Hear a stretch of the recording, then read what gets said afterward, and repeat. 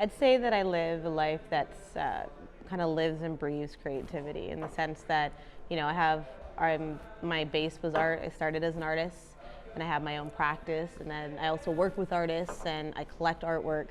And I think that it comes across all the spaces that I'm in. So whether I'm at home or I'm working on a project with a creative, or I'm curating a show, or I'm sitting on a jury, I think that it's heavily integrated into my life. I look for, the skill, the technique, but also like how are you using your color palettes? Like how are you bringing those elements together, like shape, form, how strong is that technique, right? And like, is it telling a story? Does it feel good? Like sometimes work just needs to feel good, or then sometimes it needs to have a statement in it that somebody connects with.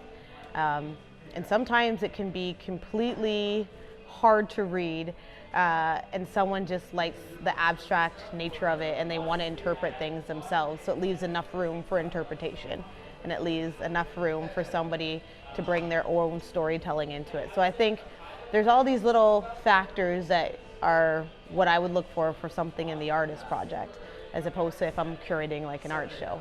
Like sometimes it's not about selling work at an art show, it's about presentation. And I think that the artist project is a little bit of both, because you want to get the value for the artist as well. The way that we pick the works and that the submissions come in, there's a little bit of something for everybody, or sometimes a lot of something. But there's sculptural work, there's new media, there's collage, there's painting, there's illustration, there's emerging, there's established. I think there's a genre for everybody and everyone's taste that is presented at the artist project. I mean, when I'm adding to my collection, I like statement pieces. I like really strong work. I like bold work. I like provocative work. I like work that is really saying something behind it, and whether that's up for perception, or it's highly conceptual, or it's right in your face and it's a really strong visual. I like it all, but I definitely want work that when you come in, you make an emotional connection with it.